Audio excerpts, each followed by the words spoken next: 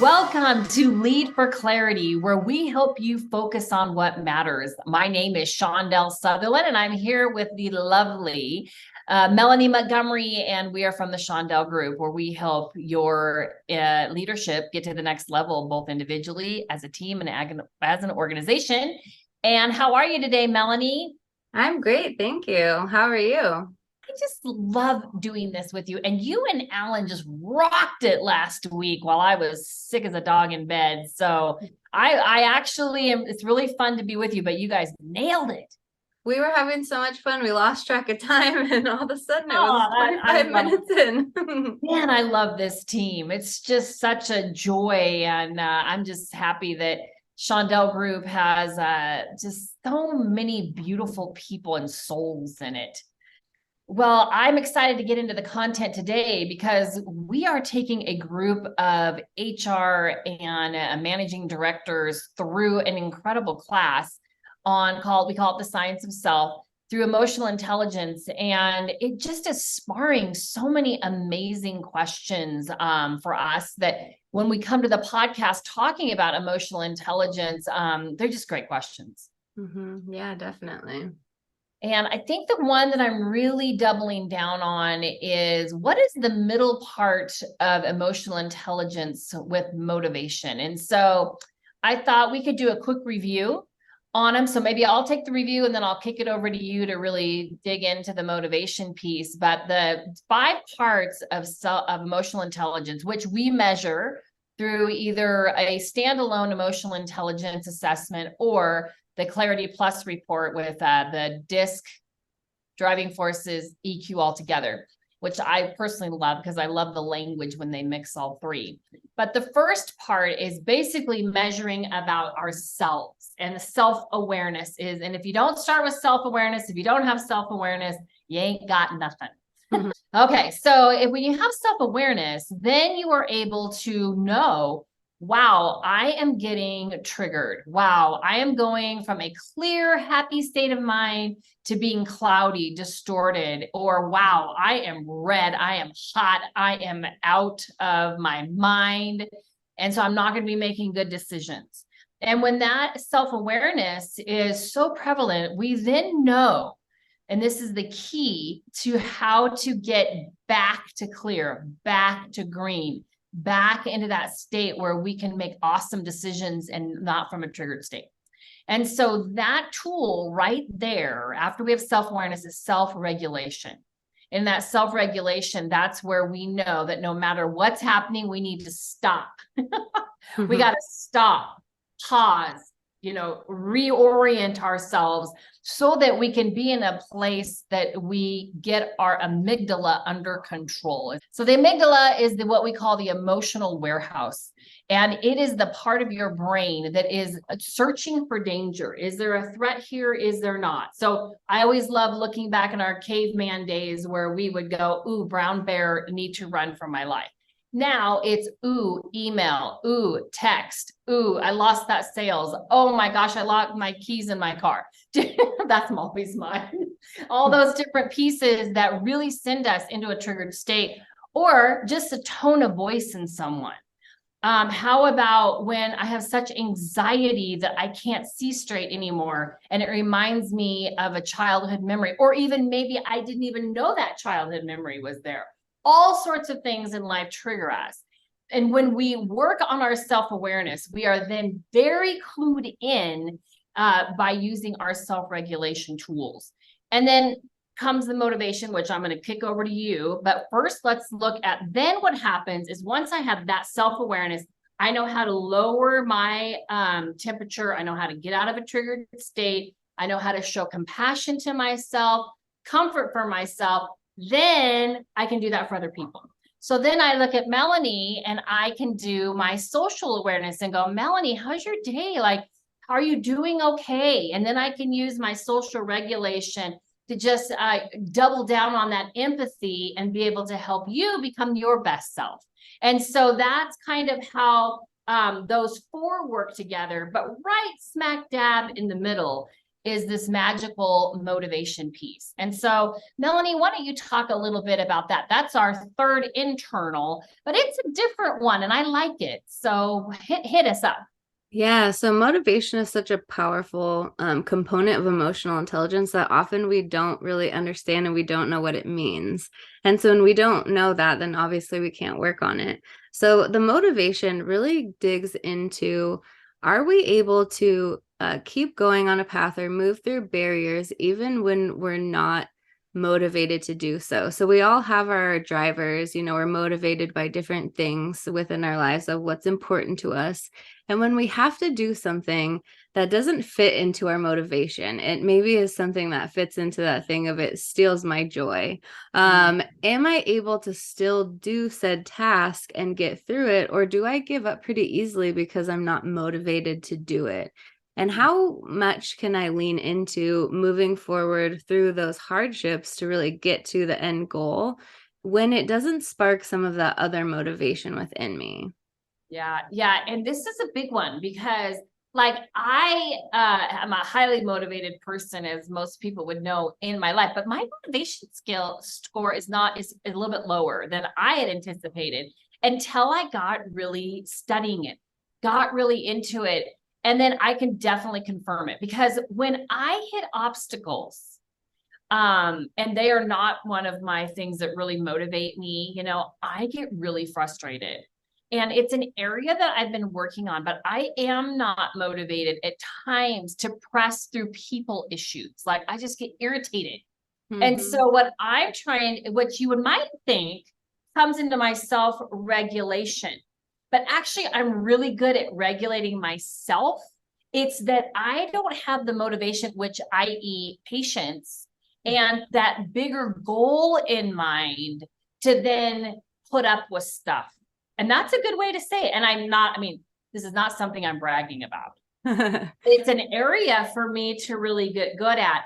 On the other hand, I'm not motivated by money or different things, even in my motivated. Like I have my spiritual life, my deep mission in life, my goals, my family, like that is what really motivates me. And so when I don't achieve my outward goals, like my business goals or whatever, I have such depth that I have that to actually help me overcome where I'm not just always chasing a goal either. So you can look at both sides of that and depending on what mood I'm in, where I'm at.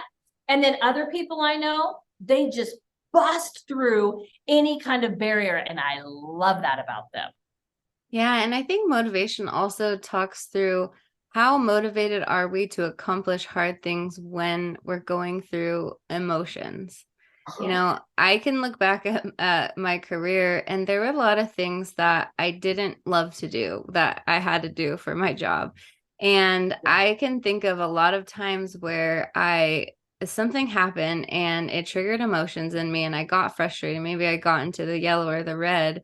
And I was just done for the rest of the day. I was like, I'm not going to do this task list that I'm supposed to do because I just don't have the motivation to get through this thing that I don't want to do when my emotions are high. So I would often like put some things that I didn't want to do on the side and lean into the things that I like to do, which, when that happens every once in a while, okay, take an hour to maybe do something that makes you happy. But do you have the motivation to push through? Like something is due and I'm emotionally not in the best place. Do I still do it? Do I still push through and make sure that I'm getting things done? Or do I let myself give up and say, I can't do this. I'm not in the right state and just walk away from something that has to get done?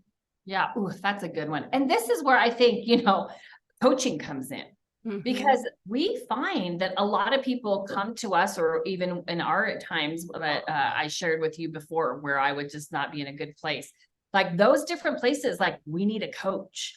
And you don't have to like hire a Shandel group coach, although we're very good at what we do. But you can have a mentor, you can have someone, but they have to help you get to your goals. Like you've got to have then that outward motivation, that inward, if you will, like you want to do it, but you need help doing it.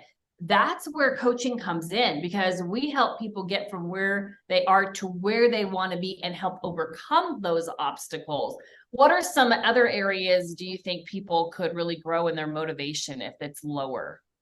No, I think the point that you brought up about having a coach, I think that we can expand a little bit on that to say, look at who we're surrounding ourselves with, Oh, yeah. especially in the difficult times. Because if my emotions are high and I go to you, Shandel, and I'm so upset and I'm complaining and I'm leaning into that victim thinking and I'm saying, poor me. If you encourage that with me, it's only going to make it worse. But when I come to you and I'm stressed out, you're going to listen and then you're say, okay, Melanie, like, what are we going to do now to take steps forward? How are we going to overcome this? And Yeah. when we're surround ourselves with people that are really looking for solutions and are helping us to challenge ourselves, that can go a long way, because then we have this group of people that's saying, I hear you, what you're saying is valid, I get that. And how can I help you now to take that next step and be successful? And I think just that whole circle of people that we have around us has to be those uplifting people. Or maybe just don't go to those other people when we're upset, because then they just can bring us down and help us stay in that emotionally heightened state instead of really saying, how do I move through this in a positive way? Yeah. So these all worked. That was great. That was so well said. And how they work together is you're painting the picture right now. Is that when I have self-awareness and I'm keeping my emotion. So I'm really working on it. Let's just say if I have a, problem with my motivation skill, well, I need to go over to my self-awareness skill. And I do, okay, am I burning myself out? Am I tired? Do I have the emotional margin? There is the good word, that I can take on difficult things. And do I have the space, the energy, the help? And what can I do to increase that margin so that when something is difficult, I have enough to get through it? I think that is the key. And again, we just default right back to that self-awareness, so that we can keep growing. And I mean, I really, when I got my first motivation skill, and I shared just a few seconds ago about what that was about, it really helped me realize, like, you know what, I kind of do wuss out on things at times, Mhm. like I just can't, I'm not patient. And I realized, oh, that's because I'm so tired.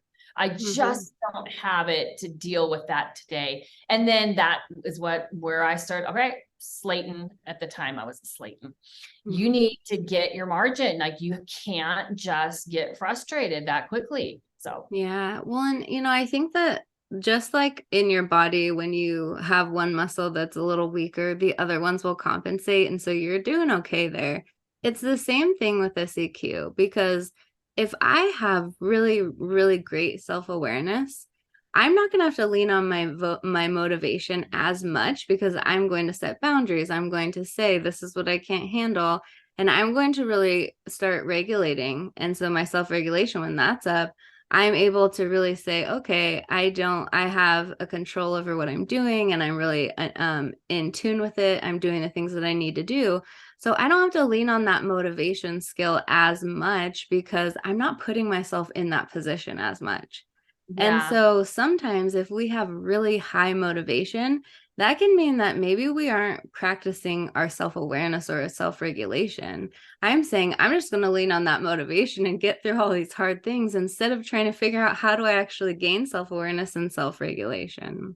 What's interesting as you were talking, it reminded me of some couples that I've done where, I'll just take one that I was coaching, the husband who was a CEO, and that was my client.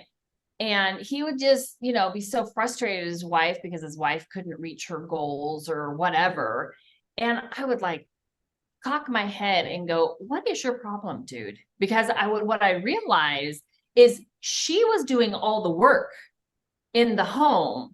And so, yeah, he had plenty of energy and plenty of space to go after and be goal oriented.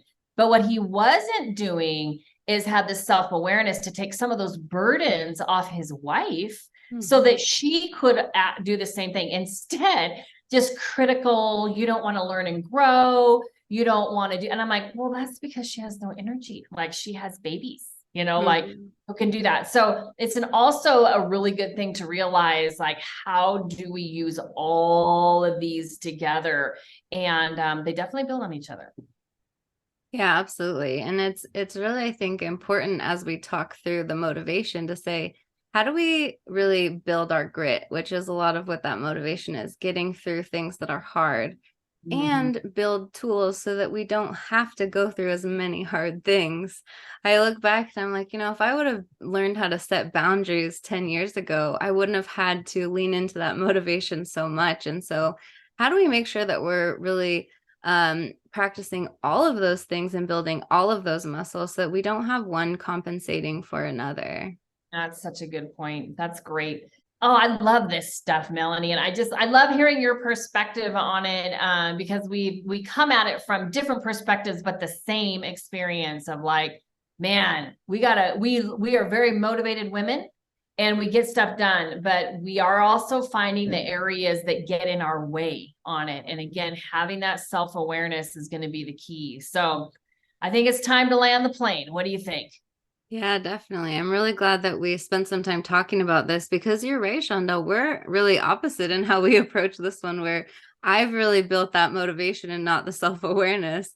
And you're the other way Yes. around. And we have those different experiences. And I hope that we're able to speak to both of them today. Yeah, yes. And what are you motivated by? Like, and that is where, again, those driving forces that in the Clarity Plus report is so helpful because it gives words to what motivates you. And then are you able to really help and grow your self-awareness so that you know when you've done too much, you're too tired, you don't have the patience, because it's hard to go after your goals when you're worn out. What would you want the listeners to walk away with? Yeah, I think just being really mindful of how our mindsets shift when we start to get into that emotional state, and how we have to be really cognizant about where we are and how to get back, because we talk a lot about getting our body back, getting our emotions back. But I think the last thing for me is that mindset where I might have just checked out after that. And once my body's calm and my feelings are calm, and now I need to be like, okay, Melanie, like get back on track, and really being aware of how we're moving forward after we hit a bump. Oh, that is so good. So once you know that your amygdala's been ignited, there's 4 hours that you're going to lose your brain for. Then how are you going to spend those 4 hours? And then let's make sure we get back in the game. Yeah, Yeah. absolutely. Oh, I like that. That's a good closing comment. And I think anyone who's really interested in knowing more of this, there's so many amazing things online, but we do have our Science of Self class that we really certify people in this so that they can really learn and grow and really take their learning to the next level. And yeah, and I think we're probably doing another one in probably what, 2 months, 3 months. So there's time for people to really think about it and sign up for the summer one, right? Yeah, definitely. And one thing that's great about that class is it not only elevates us, but it also helps us to gain tools to help others grow. And as leaders, that's so important, is not only to be great leaders ourselves, but how do we get everyone else to elevate too with us? Mm, I love it. That is such a good point. Well, I think that wraps us up until next week. And so we hope that you will subscribe. If you're watching this on YouTube, you can follow us on a podcast. If you're here podcast, we're throwing it up on YouTube. And we're just really excited to be in relationship with all of you. So you can check us out, shandelgroup.com. And as always, be the best you can be today. Bye bye.